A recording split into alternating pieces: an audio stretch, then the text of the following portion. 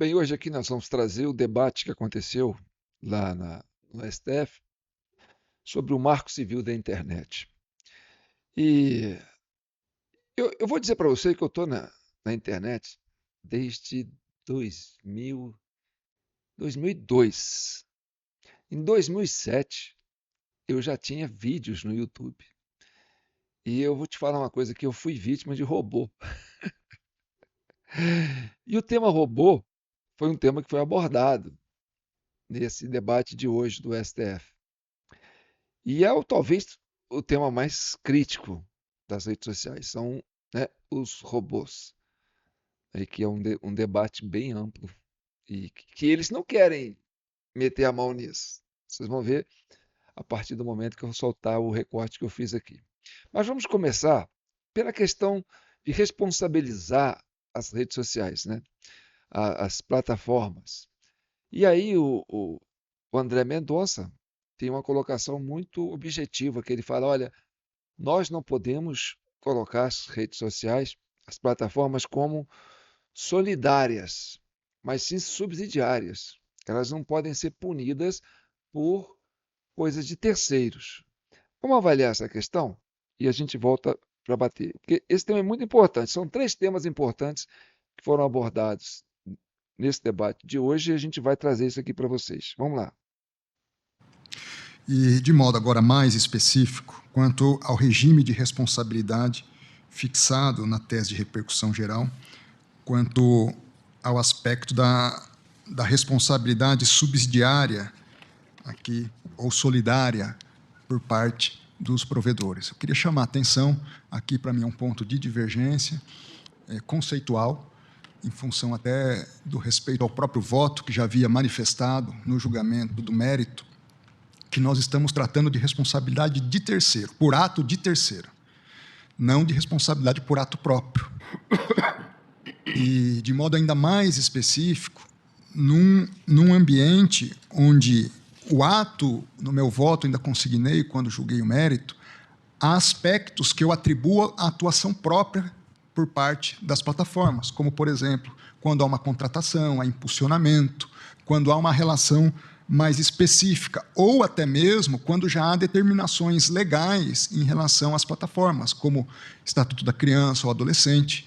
Nessas circunstâncias, se admite um outro tipo de responsabilização.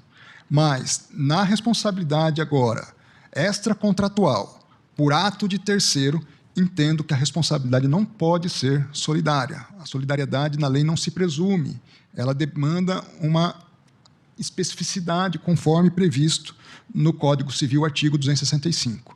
Então, entendo que nós não poderíamos, por ato de terceiro, atribuir aqui uma responsabilidade solidária. Aqui é uma diferença e uma divergência conceitual em relação ao entendimento do eminente relator e daqueles que nos acompanharam. Penso que esse ponto é relevantíssimo, senhor presidente, porque, ao atribuir responsabilidade solidária e não subsidiária, nós estamos gerando um efeito inibitório, no sentido de que as plataformas, por defesa, elas sempre terão uma tendência de ter uma atuação mais sensorial ou censura na prática das manifestações e no acompanhamento das manifestações dos usuários das aplicações de internet.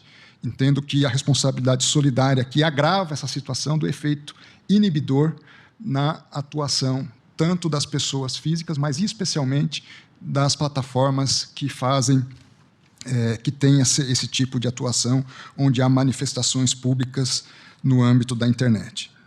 Segundo ponto... Isso, André, me permitiria só um pequeno à parte?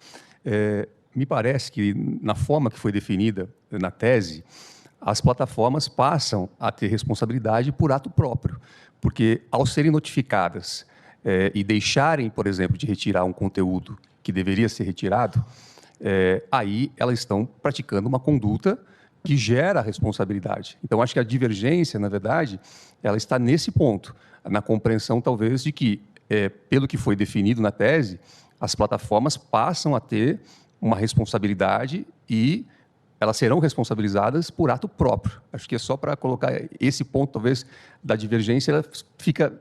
Não por retirar, é uma divergência aqui. Mas eu estou responsabilizando ela em função de um ato de terceiro. Não, mas ela é o notificado. A derivação da responsabilidade dela surge do ato de terceiro. Ela não foi a produtora do conteúdo. Ela simplesmente é a armazenadora do conteúdo. Eu estou atribuindo a ela uma responsabilidade de retirar o conteúdo, sob pena dela ser solidariamente responsável por um conteúdo que não foi ela que produziu. Originariamente ela não produziu, mas é a partir da interpretação dada pelo tribunal, sobretudo em relação à aplicação do regime do 21, aí ela passa a ter uma responsabilidade quando ela deixa de agir, se for o caso de agir, dentro das hipóteses que estão na tese. Então, por isso que eu acho que esse talvez seja o núcleo da divergência, é saber se as plataformas têm responsabilidade por ato próprio ou não. A minha compreensão, assim como da eminente relator, é de que elas têm. E, aliás, se me permite... Até o artigo 19 e 21 estão no capítulo específico da responsabilidade por ato de terceiro. Sim, mas no artigo 21, que foi criado especificamente, até ele recebeu o apelido de uma atriz que teve expostas imagens íntimas por um ex-namorado, e qual é a aplicação dele naquele universo específico da exposição da intimidade, especialmente da vida íntima e sexual das pessoas, né? Das suas intimidades. Ela notifica a plataforma e, se a plataforma não retira, ela é responsabilizada. Então, o judiciário, o 21, já tem aplicabilidade de solidariedade. A sugestão do ministro Cristiano Zanin, no caso, de colocar isso na tese... De subsidiariedade. Foi de solidariedade. Foi de esclarecer isso, que na prática o 21 já é interpretado assim pelo Poder Judiciário brasileiro. Se existe, né, e é muito comum isso, uma exposição, né, de um ex-marido, um ex-companheiro, um ex-namorado que expõe a sua ex-esposa, a sua ex-namorada, conteúdos íntimos numa plataforma, a plataforma é notificada pelo artigo 21 e, uma vez ela não retirando, ela responde já. Subsidiariamente. Não subsidiariamente, solidariamente. É o que está no dispositivo, ministro Toffoli. Eu vou ler. O provedor, escrito, mas já o provedor de aplicações de internet que disponibilize conteúdo gerado por terceiros será responsabilizado subsidiariamente.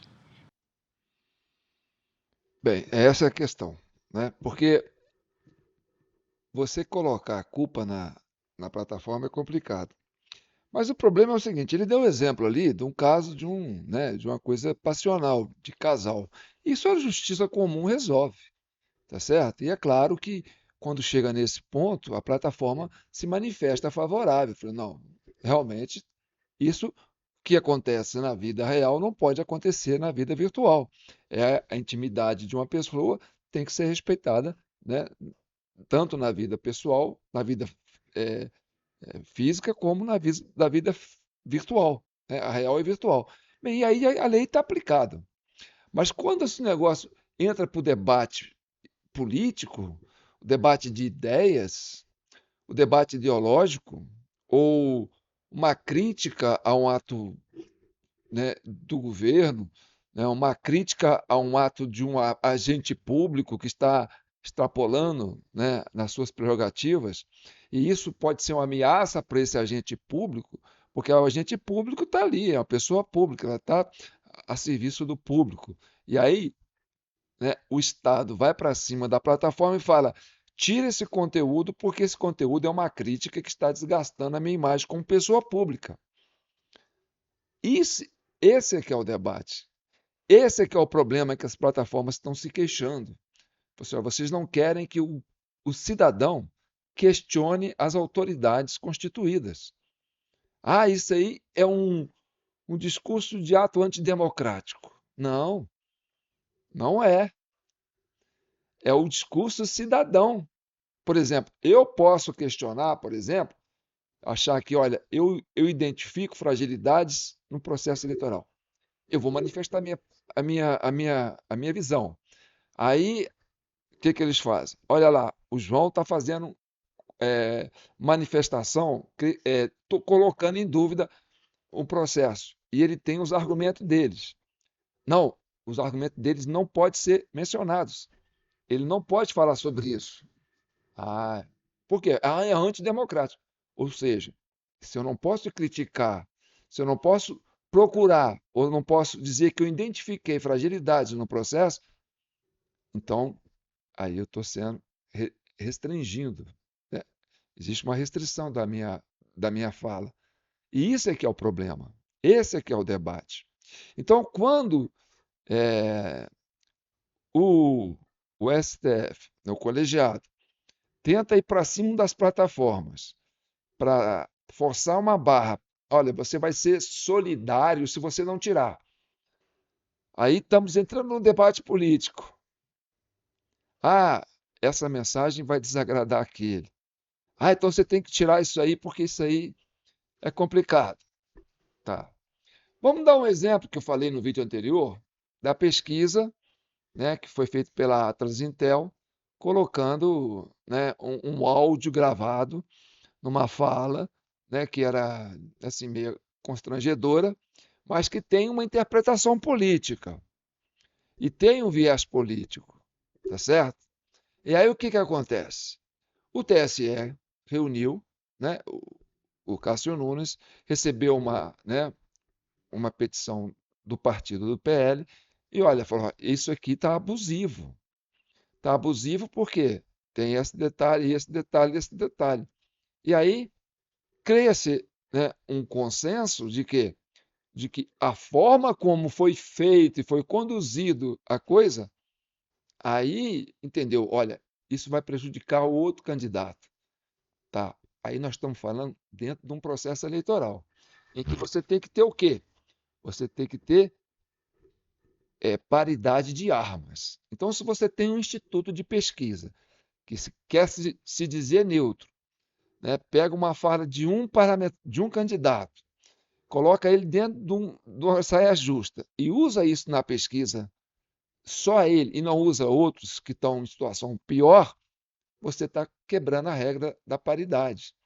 E aí sim você tem esse debate. Entendeu?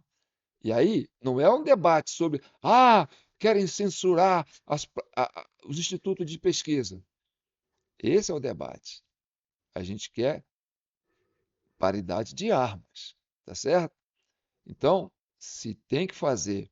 Mas o cidadão está criticando o ministro do STF, por exemplo, o Alexandre de Moraes. Mas a crítica dele é muito forte. Não, é uma crítica minha para ele. O Alexandre de Moraes não é candidato a nada. Mas ele tem um cargo institucional, né? Você está atacando a instituição. Não estou atacando a Constituição. Eu estou debatendo a minha ideia com a ideia dele. Tá certo? Então, isso é plausível. Isso não tem coisa de disparidade de arma. Todo cidadão tem o direito de ser, né, crítico das autoridades. Aliás, é isso que faz com que as autoridades funcionam, né? Você vê, por exemplo, esses mecanismos, né, de mercado, né, place, sei lá que, eu esqueci o nome. Por exemplo, você tem aí a Uber, né? Por exemplo, você é usuário da Uber. Então, você pode criticar um motorista de um veículo. Você fala, esse cara anda rápido, esse cara não chega na hora, esse cara conversa muito, ele fuma dentro do carro. Aí você coloca isso na comunicação, isso vai lá para a plataforma da Uber, né? Se for comprovado, quer dizer, o cara vai perdendo ponto. Ou seja, na próxima vez, as pessoas vão olhando assim, olha lá, ó, tem crítica com relação a ele, ó, tem muita coisa dele. Ele acaba perdendo, não porque existe a crítica, é porque existe o fato, né? Mesma coisa, esses negócios de, né, quando você coloca a sua casa no Airbnb, né? Airbnb. Então você tem que tratar bem aquele hóspede, né? Você tem que fazer para ele com que ele se sinta bem. Por quê? Porque ele vai ser uma referência para você, né? O seu serviço, o seu atendimento, né, com relação a esse hóspede, é que vai te dar vida no mercado.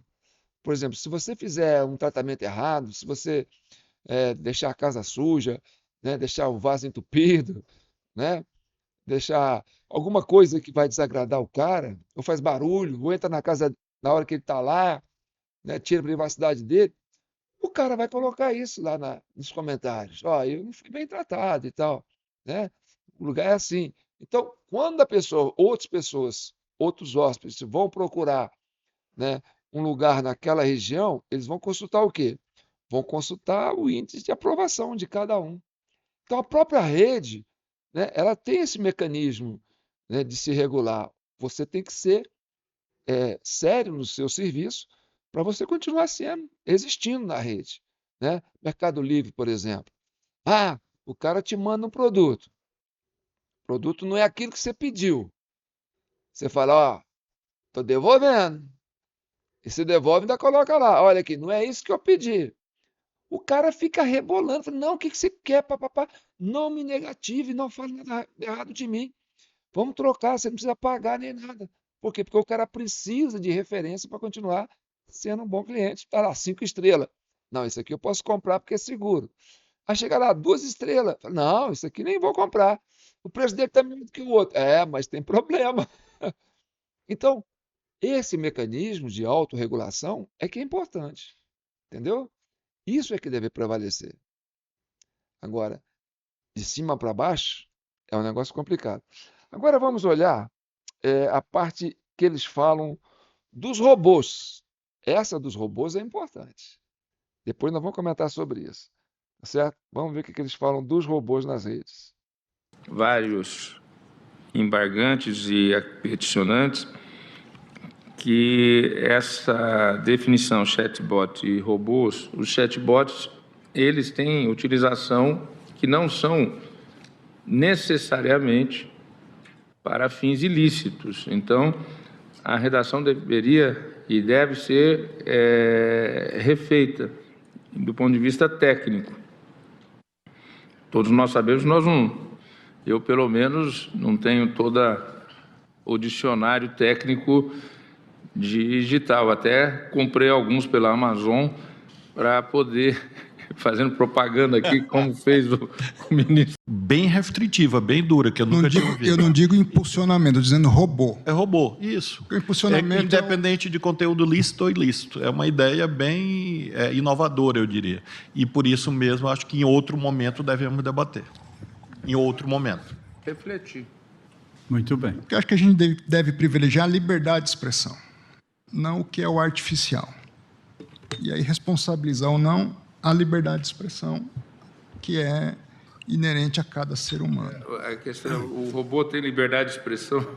Por isso que o ideal seria não termos essa figura, né? Mas é como disse o ministro Gilmar, tem uma mão que balança o berço aí.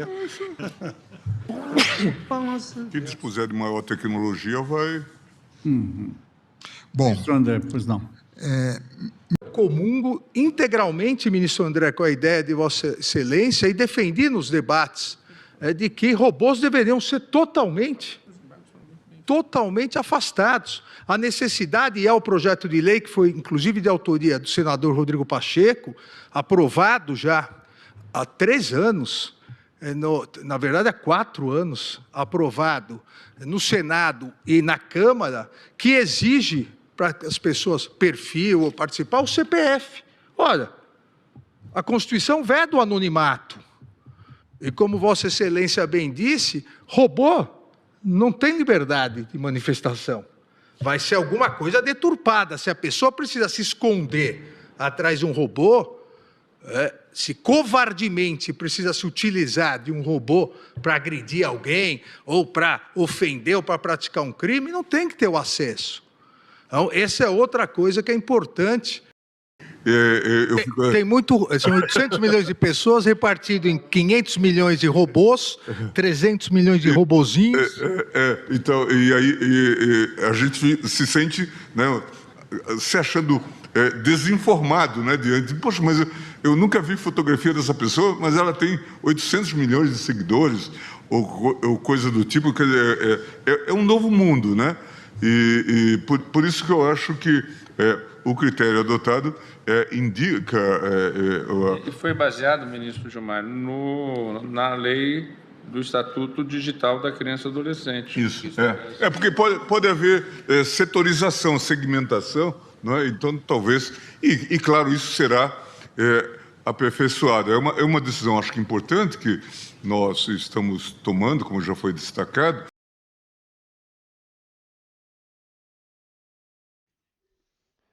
Bem, eu quero falar sobre isso, porque isso é o câncer da internet, né? Esse é o problema.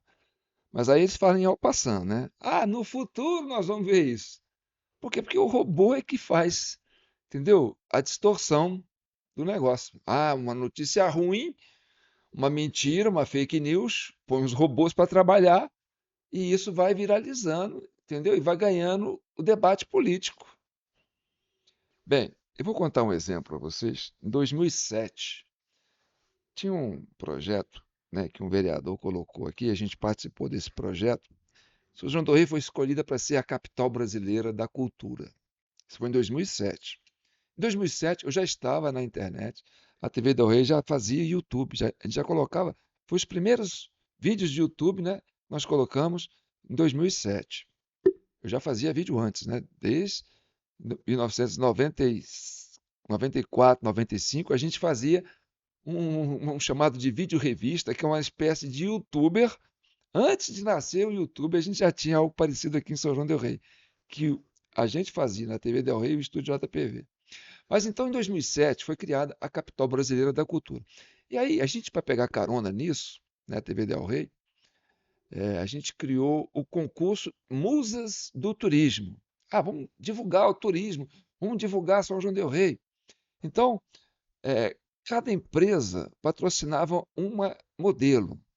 Então, nós conseguimos perto de 60 empresas patrocinando a modelo. E aí, o concurso, né, dessa modelo ia colocar essa modelo para ser votado na internet. Tinha uma enquete que a gente usava, né, na época tinha muito isso. Você colocava a enquete e os seguidores, os membros do nosso canal, do nosso site, ia lá e votava nas candidatas. Então, a empresa tal tinha uma candidata, a empresa tal tinha uma outra candidata, e aí as que classificariam, as 27 mais votadas, iam ser sorteadas, iam representar um estado cada uma, tá certo? Da federação. Que aí chega a Musa do Turismo, né? Musa Brasil, né? Musa do Turismo Brasil. E aí a gente estava divulgando São João del Rei e as meninas de São João del Rei. Bem, aí sorteamos, né, as meninas. Ó, você vai representar o estado tal, o estado tal. Aí nós fizemos novos clipes com elas, né? Meninas lindas. São João del Rei tem muitas meninas bonitas, viu, gente? Se vocês quiserem vir conhecer, vocês não vão se arrepender.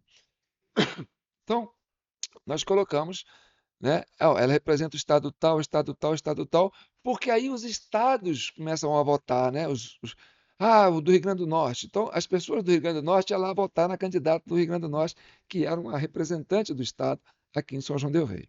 Bem, o que aconteceu? A votação estava indo páreo a páreo, né? Aquela coisa toda, uma mais do que a outra. De repente, duas candidatas, uma começa a disparar, mas disparar assim, de forma anormal. E uma outra depois começa a disparar. E aí começa a parear uma com a outra. Então, as coisas foi ficando de um modo que eu fiquei até envergonhado. Por quê? Porque as outras ficaram todas lá embaixo e essas duas ficaram subindo, subindo, subindo, igual a Torre Gêmeas, entendeu? Cheio de predinhos, aquelas World Trade Center. Subindo, mas subindo mesmo, coisa assim, de astronômica. Aí eu falei, cara, isso aí só pode ser robô. Uma colocou um robô, a outra colocou um robô, e os dois robôs competindo entre eles. As outras candidatas falaram assim, não vou mais, né? Desistiram, falaram, a gente não tem chance. As outras dispararam. E não era o que era. Elas eram bonitas, entendeu? Aliás, todas eram bonitas, né? Mas não era assim tão mais bonita que as outras que merecesse aquela disparada. Ou seja, no final, ganhou, né, a que teve mais voto do robô, porque uma acabou desistindo, falou assim, não, vou desistir porque o negócio está indo longe demais, que não ia parar. Aí uma parou, a hora que uma parou, a outra estacionou. Pronto, aí acabou. Eles entraram no acordo e aí uma ganhou. Então, aí passamos o prêmio e tal, tudo mais e tal, né? Mas ficou aquele constrangimento para nós. Isso em 2007, certo? Então, o robô tem essa coisa mesmo, que que, né, artificializa, né, dentro da internet. Você pega, por exemplo, o Big Brother, né, da Globo. O pessoal fala assim, ó, vai para o paredão, fulano de tal e fulano de tal. Quem que vocês querem que saia? Vai lá no site e vota quantas vezes você quiser. O que vai acontecer? O nego vai lá e põe o robô para votar. Pá, pá, pá, pá, pá, pá, pá. Entendeu? Então, o negócio funciona assim. O robô é um problema, tá certo? Esse é o problema. E isso passou em en passant. Eles passaram ao largo, né?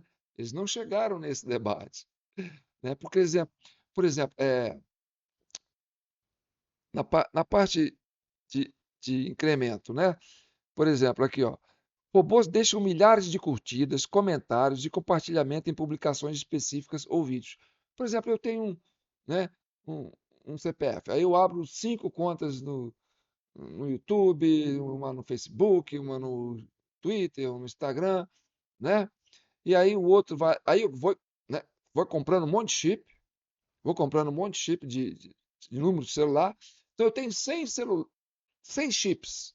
Então eu tenho 100 números de celular. Cada número de celular vai deixar eu abrir uma conta com aquele celular, que você, né, atualiza com o celular. Então aquele rapaz está ali na internet com 100 perfis. Entendeu? E aí o que ele vai fazer? Ele vai pegar um conteúdo e vai compartilhar em todos esses perfis. Vai curtir, vai botar comentário naquele conteúdo. Então, ele vai usar 100 perfis dele, cada hora para ele, entendeu? E aí, o que acontece? O algoritmo entende, olha, esse assunto aqui está relevante, ele começa a ganhar importância. Então, um cuida de 100, aí vamos supor, vou montar aqui uma rede, né, um candidato político, por exemplo, ou então um cara que quer vender um negócio, né, que quer vender uma ideia. Ele paga 100 pessoas, cada um pega 100 chips de telefone, aí você tem 1000 telefones, né? E esses 100 trabalhando, cada um trabalhando 100 perfis. Fica ali ganhando para fazer isso, 24 horas. Então você tem 1000 perfis compartilhando, entendeu? O mesmo conteúdo, que é para vender uma ideia do cara. E aí isso vai ganhando importância, por quê? Porque tem muito perfil comentando. Mas quando for ver, quando ele fala assim, mas quem que é o perfil? Aí aparece lá, né, um desenho no perfil dele, na foto, né? Às vezes é algo, uma pessoa que não existe, às vezes é um objeto, às vezes é uma paisagem, entendeu?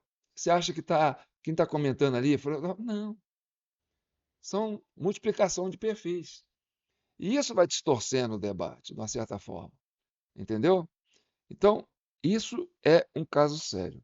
Agora vamos para um outro debate aqui, que é a neura do Alexandre de Moraes. Essa aqui que é mais importante, entendeu? Deixei por último, presta atenção.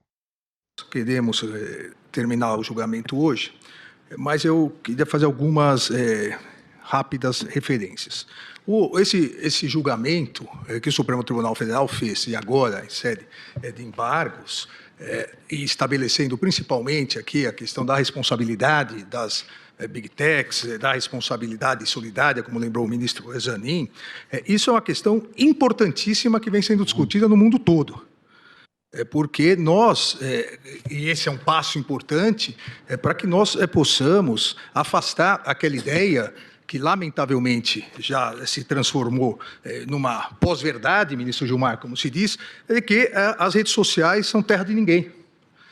Onde se deixou de se aplicar uma regra extremamente simples, e eu repito isso há anos. Não haveria nem necessidade de normas específicas. Sempre são boas normas específicas, mas se nós aplicássemos na vida virtual o que se aplica na vida real, nós teríamos já contido esses exageros. E toda a regulamentação feita, a decisão do Supremo Tribunal Federal, e a tese, e exatamente por isso, num primeiro momento, eu digo, eu negaria todos os embargos. A questão da legitimidade, eu acompanho, e mesmo dos legitimados, me parece que nenhum dos embargos traz algo onde houve uma omissão, uma contradição. O eminente relator bem colocou. Aqui nós podemos ser mais específicos, mas a tese refletiu toda a discussão. E toda a discussão traria. Mas, até para facilitar o trabalho da Corte, eu vou acompanhar em quase tudo o eminente relator. Mas é importante colocar que essa regulamentação foi necessária e a responsabilidade solidária é importante, porque as redes sociais, as big techs, não são neutras. E aqui, um cuidado para quando formos discutir a questão do ambiente neutro. E não sou eu que digo isso. Hoje, no mundo todo, se chegou a esse consenso. Ô Coriolando!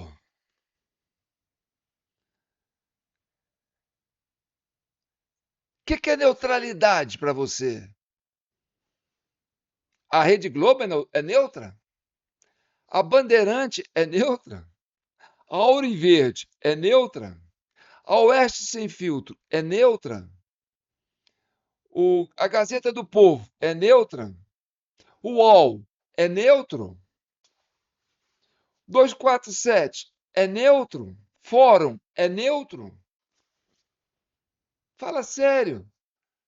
Você quer discutir neutralidade na rede social?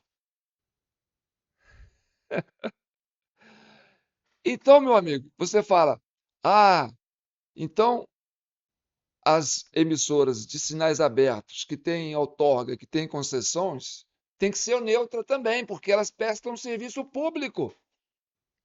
E não são neutras. Elas têm um viés político. A Globo tem um viés político. A gente está cansado de ver aqui o pessoal criticando a Globo. Sempre teve posição política. Você tem aí, eles dão a notícia e cai lá naquele bate-papo. Aí no bate-papo, a turma começa a fazer. Entendeu? O jogo político. E aí não é a plataforma que tem que ter lado. Os lados estão todos colocados dentro da plataforma. Mas a rádio pode fazer isso lá porque ela tem uma concessão, uma outorga, pode fazer isso lá. Aí chega na rede social, ela não vai deixar, ela vai deixar de ser neutra? Não vai. Quem que tem que ser neutro é o TSE. Quem que tem que ser neutro é o STF. Entendeu? Por exemplo, eu acabei de dar um exemplo do Uber, do Mercado Livre, né? Do AirB, né? Porque esse pessoal é neutro. Essas plataformas são neutras. Por quê? Porque ali existe uma autorregulação dos usuários. Quem faz a coisa certa sobrevive. Quem não faz, dança. E assim deve ser na vida real e na vida virtual. Se você trabalha numa empresa, se você fizer tudo certinho na empresa, o patrão vai te dar, né? Vai te dar bônus, vai te dar aumentar seu salário. Se você fizer besteira, né? Não render direito, não vender, fizer maltrato do cliente, você vai perder o emprego. Isso é a vida real, rapaz. A vida real é a vida virtual. O que acontece na vida real acontece na vida virtual. É uma coisa só. Você não se associa, não. Quem está na rede social são pessoas. Agora, quando se fala dos robôs, aí tudo bem. Entendeu? É para cima dos robôs que vocês têm que ir. Mas vocês não vão. Fala que vão, mas não vão. Entendeu? Outra coisa. No Brasil é proibido o jogo do bicho? Ainda é proibido o jogo do bicho? Porque, olha, nas bets estão fazendo o diabo na rede social, nas TVs. Entendeu? O povo está aí no celular jogando a ruda. E agora na Copa, então, vai ser, né, um caos. Que vai ter gente que vai apostar aí, vai quebrar e vai deixar essas bets ricas, bilionárias. Entendeu? Mas o jogo de bicho ainda é proibido. Então é muita coisa que precisa ser debatida.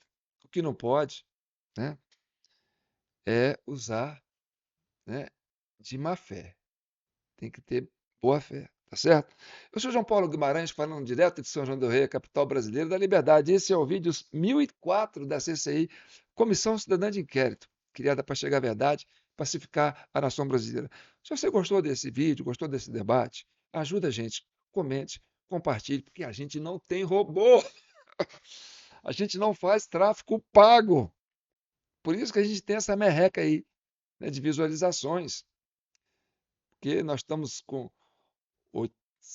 89, né? 89 mil seguidores, perto de 90 mil, sei lá quantos, mas a gente não chega nos 90 mil. Por quê? Porque está difícil, porque a gente vai de pé em pé, a gente é humano. Aqui não tem é, essa coisa, não. Quem gosta da gente é que comenta, que compartilha, porque ele gosta, porque eu vi o debate do João, gostei, vou passar para fulano de tal.